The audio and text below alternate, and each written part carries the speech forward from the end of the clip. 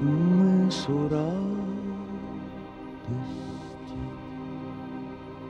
к скалам печали, к островам ли сиреневых птиц. Все равно, где бы мы не причалили,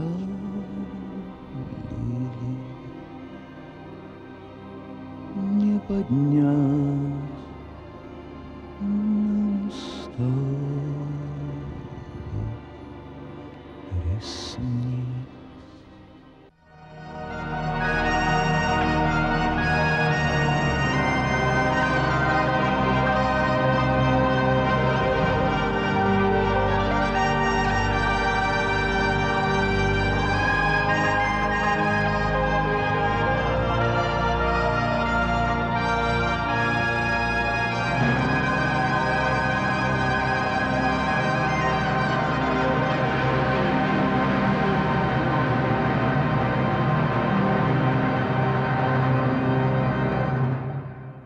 Минск, май 1995 года, выставочный павильон на проспекте Машерова. Здесь весь цвет белорусской культуры. Здесь официальные лица, представители дипкорпуса пресса, презентация гобелена века. Автор, народный художник Беларуси, лауреат государственных премий Александр Кищенко. Зрелище потрясающее, космическое. 19 на 14 метров, вес гобелена почти 300 килограммов. Здесь все – космос, время, жизнь, век. Здесь портреты великих политических деятелей, тиранов и полководцев, творцов Христос и Антихрист. Почему такой большой? Его делали на заказ, где можно его демонстрировать, куда повесить. Большой, потому что шедевр делал не на заказ, а прикрепить его можно к звездам, отвечал Александр Кищенко. Его потом назовут великим художником современности, великим мечтателем, философом и экспериментатором. Это будет потом. А после войны мальчишка Саша Кищенко, возвращаясь из Донбасса после неудачной попытки поступить в ремесленное училище, чуть не умер от голода. Дорога домой была очень мучительной и длинной. Он чуть не утонул в реке. И когда добрался домой, то все время ел, и мама испугалась, потому что после стольких дней голода, и когда человек много ест, он может просто умереть. Он не умер, он заснул и проспал 3 суток. Он спал, а над его родным селом Белый Колодец гремела гроза. Такая гроза, какой не помнили даже старожилы. Он спал как убитый и ничего не слышал. И, может быть, эта гроза, эти ливни унесли его печали, а громы возвестили о начале новой его жизни, нелегкой, непростой, но на долгие годы счастливой.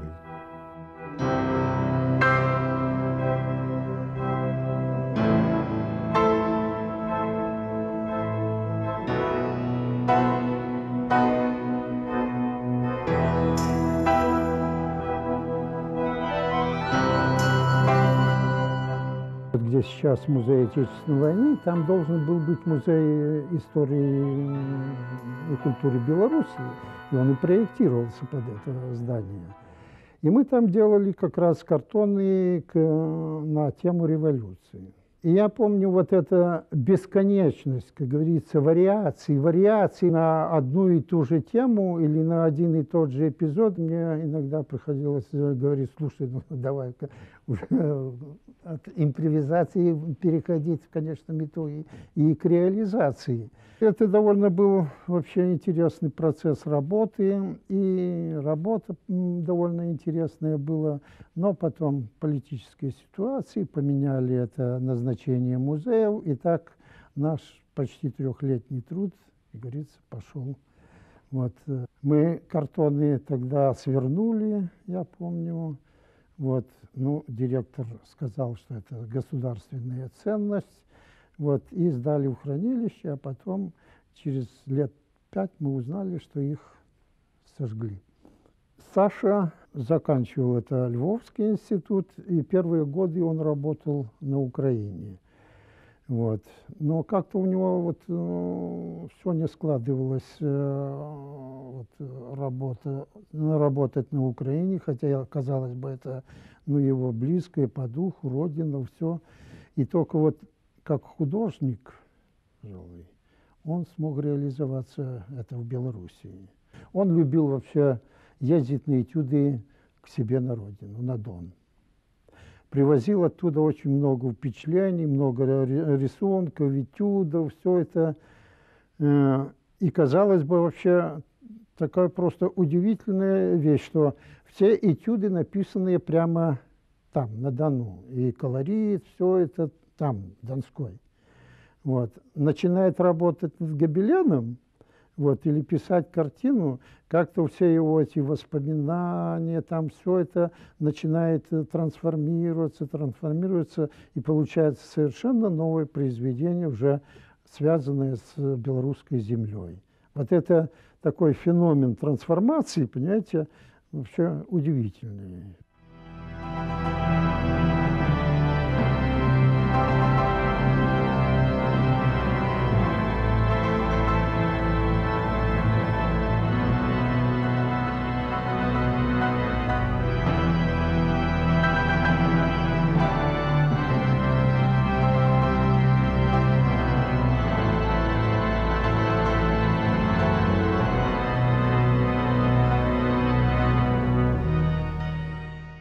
Александр Кищенко – это сотни портретов, это пейзажи, композиции. Он писал портреты Билла Клинтона и Гельмута Коля, Елены Образцовой и Франсуа Миттерана. Александр Кищенко – это гобелен века и гобелен «Чернобыль», который украшает один из залов штаб-квартиры ООН в Нью-Йорке. Это гобелены, которые украшают национальные театры оперы и балета в Минске. И в Минске дома, мозаичные панно на домах, которые расположены в районе Восток-1. Все это Кищенко. Административное здание на улице Республиканской, гостиница «Турист» в Минске. Все это он. Это Александр Кищенко. Мы можем много говорить и спорить, соглашаться или не соглашаться. И все-таки, оценивая творчество, надо сказать, что это была яркая личность в белорусском искусстве. Он однажды сказал, что искусство нужно выстрадать, почувствовать каждой клеточкой, всеми извилинами своего мозга, нужно выработать свое мировоззрение, нужно говорить своим голосом. Он выстрадал, он прочувствовал, он говорил в искусстве своим голосом.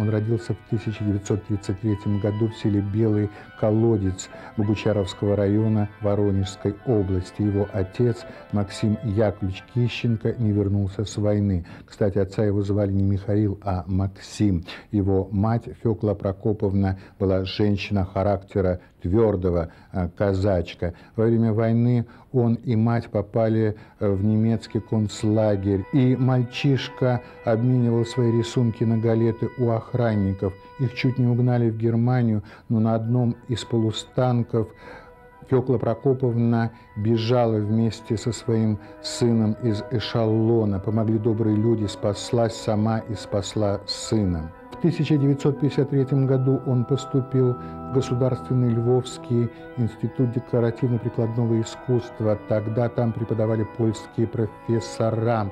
Они были учениками известных французских живописцев. В 1963 году он стал преподавателем Белорусского государственного театрально-художественного института. А до этого был Киев и встреча, и дружба с Сергеем Параджановым, великим режиссером 20-го столетия, и встреча с Майей Михайловной Плесецкой. Он вспоминает об этом так. Он ворвался в мастерскую Параджанова и увидел женщину безумной красоты. «Ну что ж ты так врываешься?» — сказал Сергей Параджанов. «Войди, как положено».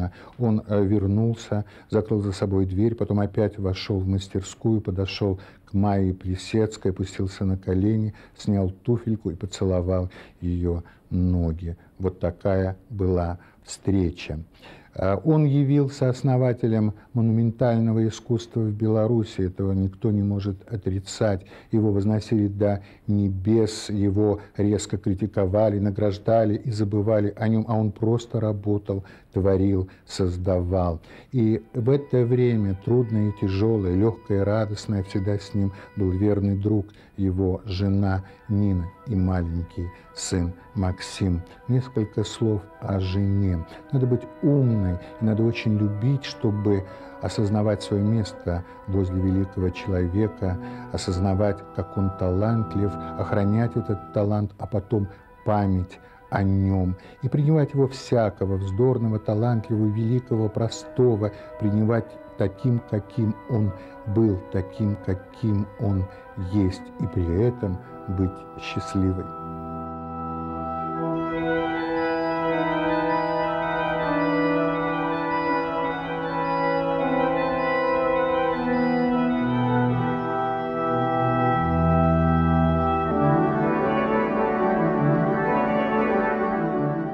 Были такие минуты, когда мы с ним общались, с Александром Михайловичем.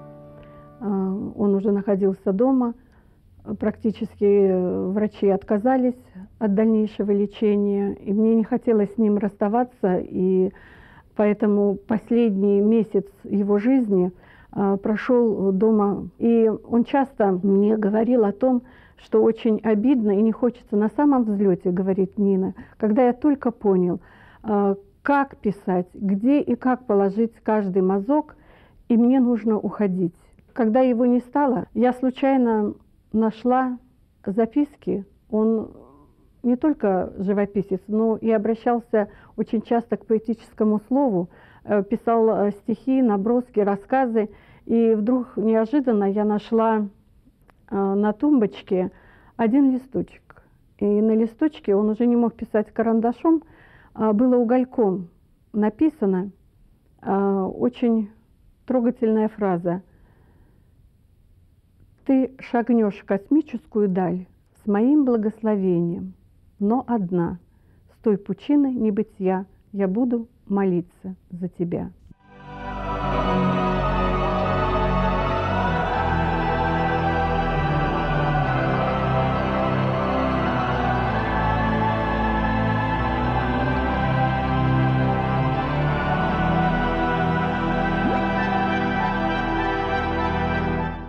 Каким он был очень добрым, и этой добротой пользовались многие. Он был очень вспыльчивым и отходчивым. Казачья кровь не водится. Он очень ценил в себе и в других людях чувство собственного достоинства и никогда не прогибался перед сильными мира сего. Однажды, это было в Мисхоре, он работал над росписью интерьера в санатории «Беларусь», и туда прилетел из Минска чиновник очень высокого ранга, чиновник от идеологии. Он увидел Кищенко и спросил: «Ну что, художничек, работаешь?» Художник Александр Михайлович Кищенко взорвался. Он послал чиновника, впрочем, вы сами понимаете, куда в таких случаях посылают, и пригрозил вылить на его голову ведро краски. Последствия этого инцидента могли быть непредсказуемыми или очень предсказуемыми, но все, слава богу, обошлось.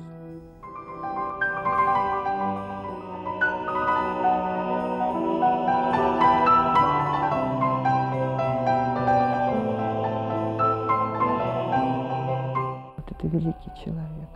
Он очень любил не только писать, он любил сочинять, и не только холстами, и не только мозаики, и не только гобелены, но он любил и сочинять рассказы, он любил петь, мог совместить общение с простым человеком и общение с великим человеком. То есть он не видел разницы, он мог подобрать язык к любому человеку.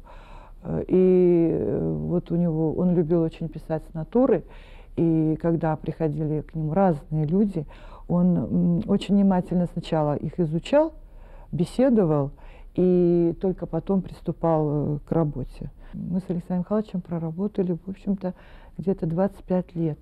И каждый день вместе. Чтобы создать элемент, можно посвятить этому всю жизнь. Легко элемент у кого-то взять и применить. Александр Михайлович, он сочинял элемент, тот же луч или звезду. Он же сколько здесь эскизов делал, или модульную систему гобелена, вот вершина гобелена века. Когда он ее начал применять на Чернобыле, понимаете, он начал искать модульную систему, структурную систему, то есть композиционную. То есть вы можете все убрать, но если вы оставите структуру саму, то есть канву, она уже гениальна, потому что она нигде, ее нигде нет. Она своя, она им придуманная. Работали мы допоздна. Нина всегда, вот у них ребенок родился, Нина всегда беспокоилась, звонила, что, во-первых, Александр Михайлович был болен, у него был сахарный диабет, вот, и уколы нужно было ему делать, Нина делала ему уколы. Вот, Александр Михайлович уходил, а я все еще оставалась и работала, пока, то есть, и приходилось и ночевать. В общем, мы работали, мы жили здесь, мы здесь жили, все.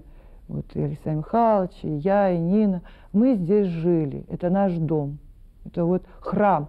Он приходил, он кланялся этому храму каждый день, у него не было выходных, он каждый день кланялся, крестился и приступал к работе.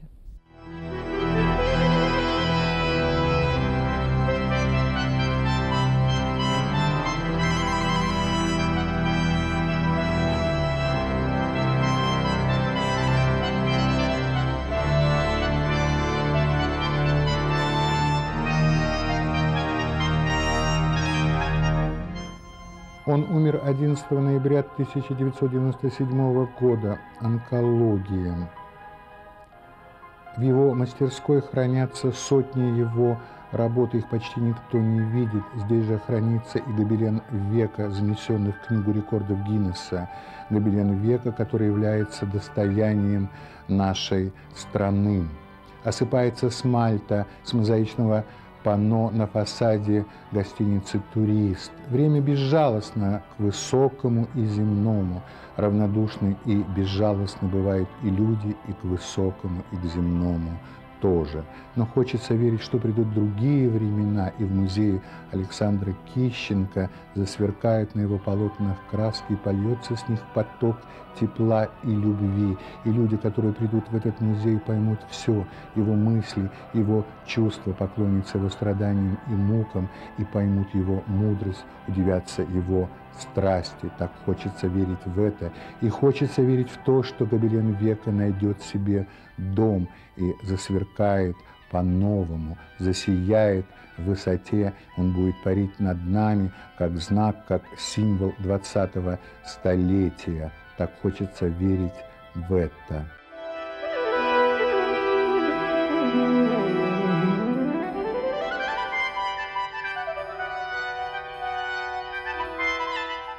Он мне напоминал какое-то гигантское растение, которое посадили в маленький горшочек.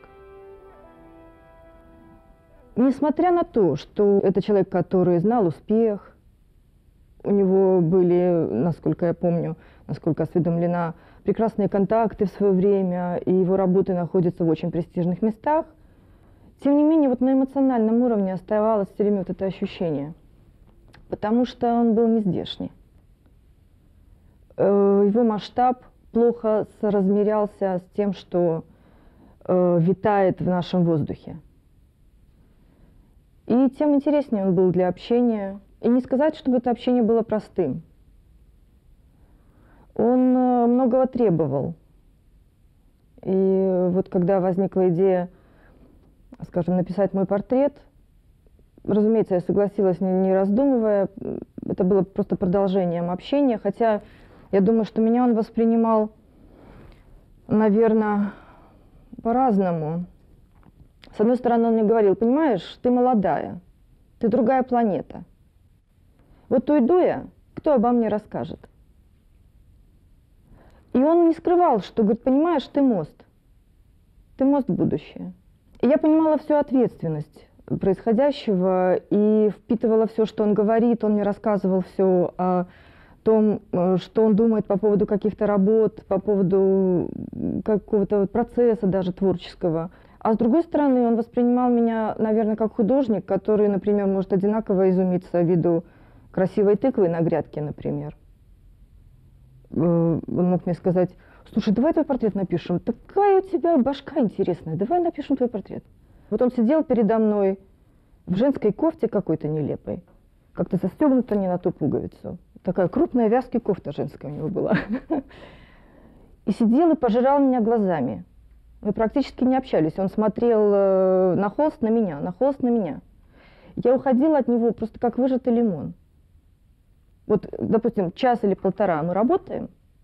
На некоторое время я исчезала, не появлялась. Мне нужно было спрятаться в норе, отсидеться. Что он делал? Он звонил. Он, неважно, слышал уже в тот момент. Он сначала убеждался, что это я. Спрашивал: Надя? Да. Он покрывал меня трехэтажным матом и говорил: что ж ты не появляешься? И я просто совершенно покорно, как кролик на удава, бросала все свои дела и шла.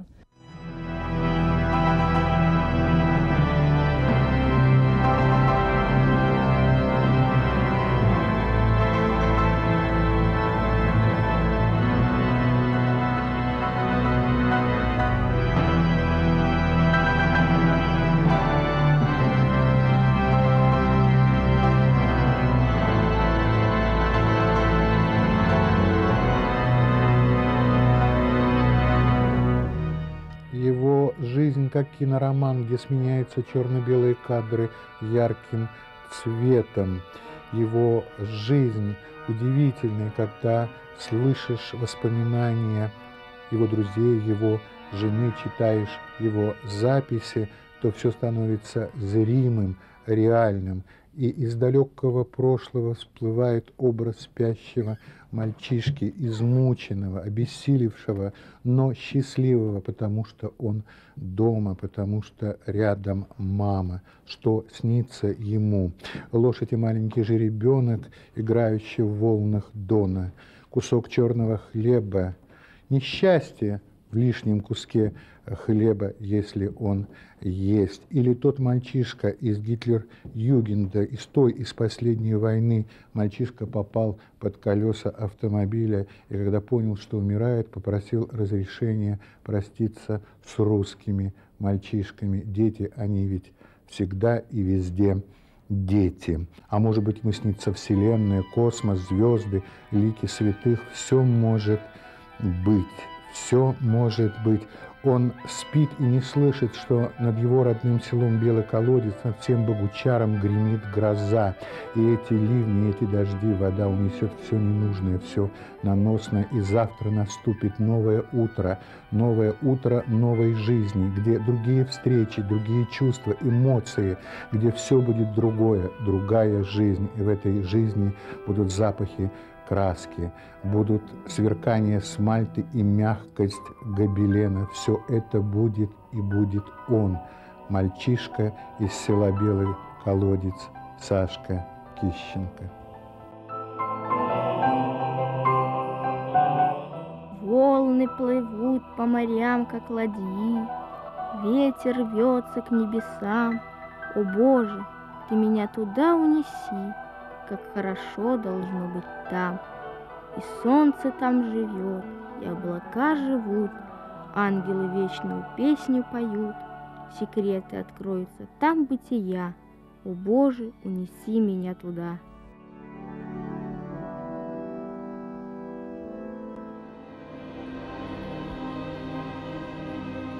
все равно, где бы мы не причалили, к островам ли сиреневых птиц, к мысу радости, к скалам печали.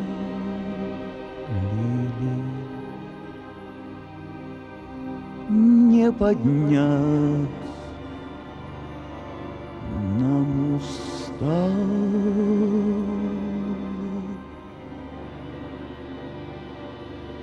ресниц.